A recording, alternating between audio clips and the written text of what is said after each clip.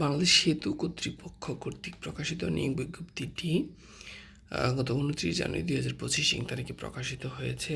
সার্কুলারটি যে সমস্ত পদে বিজ্ঞপ্তি প্রকাশ করেছে সে সমস্ত বিষয় নিয়ে আপনাদের সামনে আজকে আলোচনা করব। তো চলুন কথা না বাড়িয়ে মূল ভিডিওতে প্রবেশ করি। বাংলাদেশ সেতু কর্তৃপক্ষের রাজস্ব খাতভুক্ত নিম্নলিখিত পদে সরাসরি নিয়োগের জন্য নির্ধারিত শর্তে প্রকৃত বাংলাদেশি নাগরিকদের নিকট হতে অনলাইনে এখানে es.service.bba.gov.bd/recruitment ওয়েবসাইটে দরখাস্ত আহ্বান করা যাচ্ছে। বন্ধুরা, এখানে বিভিন্ন পদ সংখ্যা এবং বিভিন্ন শিক্ষাগত যোগ্যতায় সার্কুলারটি প্রকাশিত হয়েছে। এক এক করে আমরা দেখে নিচ্ছি। 1 নম্বরে রয়েছে অ্যাসিস্ট্যান্ট ডাইরেক্টর। এটি নবম গ্রেডের একটি চাকরি। এখানে 22,000 টাকা থেকে 53,060 টাকা পর্যন্ত বেতন স্কেল। পদের সংখ্যা রয়েছে 2টি। এখানে কোনো স্বীকৃত বিশ্ববিদ্যালয় থেকে অনন্য 2য় শ্রেণীর স্নাতক বা স্নাতকোত্তর ডিগ্রি হলে আবেদন করতে পারবেন। 2 নম্বর অ্যাসিস্ট্যান্ট ইঞ্জিনিয়ার সিভিল। এখানেও নবম গ্রেডের একটি চাকরি। এখানে পদের সংখ্যা রয়েছে 2টি। এখানে সিভিল ইঞ্জিনিয়ারিং বিভাগ থেকে আপনাকে স্নাতক ডিগ্রি পাস হতে হবে। 3 নম্বরে দেখতে পাচ্ছি সহকারী প্রোগ্রামার। এটিও নবম গ্রেডের একটি চাকরি। এখানে পদের সংখ্যা রয়েছে 1টি। এখানে শিক্ষাগত যোগ্যতা computer science and engineering, electrical and electronics engineering, information and communication technology সংশ্লিষ্ট বিষয়ে অনন্য 2য় শ্রেণীর স্নাতক সম্মান বা সমানের ডিগ্রি থাকলে আপনি এখানে আবেদন করতে পারবেন। 4 নম্বরে রয়েছে অ্যাসিস্ট্যান্ট মেইনটেন্যান্স ইঞ্জিনিয়ার। 22,000 টাকা থেকে 53,060 টাকা পর্যন্ত। এখানে কিন্তু পদের সংখ্যা রয়েছে 1টি। শিক্ষাগত যোগ্যতা কম্পিউটার সায়েন্স বা কম্পিউটার রিলেটেড বিষয় থেকে কিন্তু আপনাকে 4 বছর মেয়াদী স্নাতক ডিগ্রি লাগবে। 5 নম্বরে দেখতে পাচ্ছি এস্টিমেটর/সাব অ্যাসিস্ট্যান্ট ইঞ্জিনিয়ার সিভিল।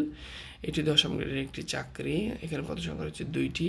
এখানে সিভিল থেকে 4 বছর মেয়াদী ডিপ্লোমা হলে আবেদন করতে পারবেন। 6 নম্বরে কম্পিউটার অপারেটর। 13নং গ্রেডের একটি চাকরি। পদের সংখ্যা রয়েছে 7টি। কোনো স্বীকৃত বিশ্ববিদ্যালয় থেকে বিজ্ঞান বিভাগে স্নাতক এবং কম্পিউটারে মুদ্রাক্ষরে আপনার প্রতি মিনিটের গতি 25 এবং ইংরেজিতে 30 শব্দ বিশিষ্ট এবং কম্পিউটার স্ট্যান্ডার্ড অ্যাপটিটিউডে উত্তীর্ণ হতে হবে। 7 নম্বর রয়েছে লিপিকার কাম কম্পিউটার অপারেটর। এখানে 13নং গ্রেডের একটি চাকরি।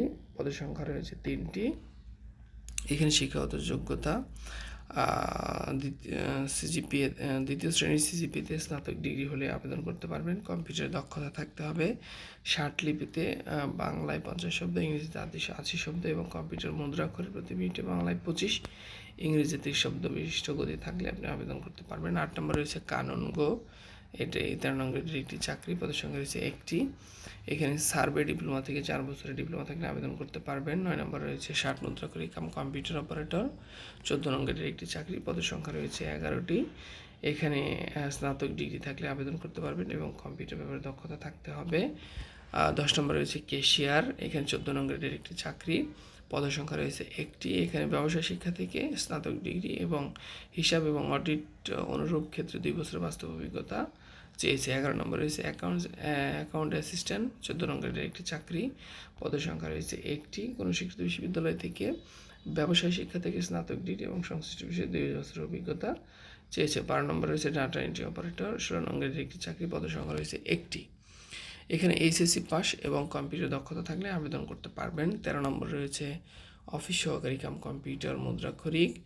এখানে কিন্তু পদের সংখ্যা রয়েছে বেশ কিছু, 14টি পদ। এখানে আপনি উচ্চ মাধ্যমিক সার্টিফিকেট অর্থাৎ এইচএসসি পাস হলে আবেদন করতে পারবেন। পাশাপাশি আপনাকে কম্পিউটার দক্ষতা থাকতে হবে। 14 নম্বরে দেখতে পাচ্ছি সার্ভেয়ার। এখানে 16নং গ্রেডের একটি চাকরি।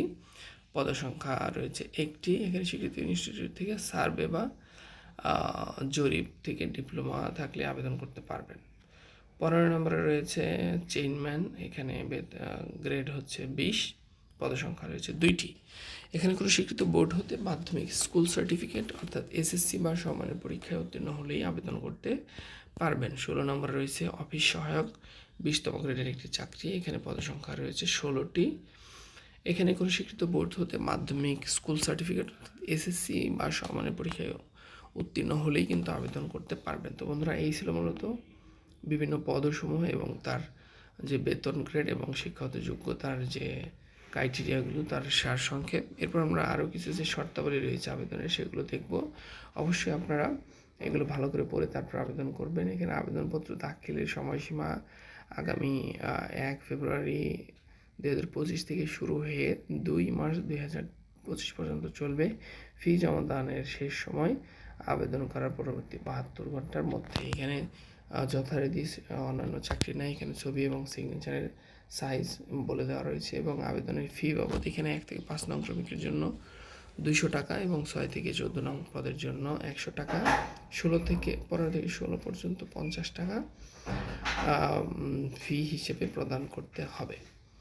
এখানে আপনারা SSL কমার্স জেডের মাধ্যমে টাকা প্রদানের প্রক্রিয়া, এখানে অবশ্যই আপনারা কীভাবে ফিটি প্রদান করবেন সেই স্টেপগুলো এখানে সুন্দর করে দেওয়া রয়েছে। অবশ্যই এই স্টেপটি ফলো করে আপনারা আবেদনটা করে ফেলবেন। তো বন্ধুরা, এই ছিল মূলত সার্কুলারটির সারসংক্ষেপ। আশা করছি আপনারা বুঝতে পেরেছেন কীভাবে আবেদন করতে হবে। এরপরে কোনো জিজ্ঞাসা থাকে অবশ্যই আমাদের কমেন্ট বক্সে জানাবেন, আমরা চেষ্টা করব সেটি আপনাদের সাথে শেয়ার করার। তো সবাই ভালো থাকবেন, সুস্থ থাকবেন। পরবর্তী ভিডিও দেখার আমন্ত্রণ জানিয়ে বিদায় নিচ্ছি। আসসালামু আলাইকুম।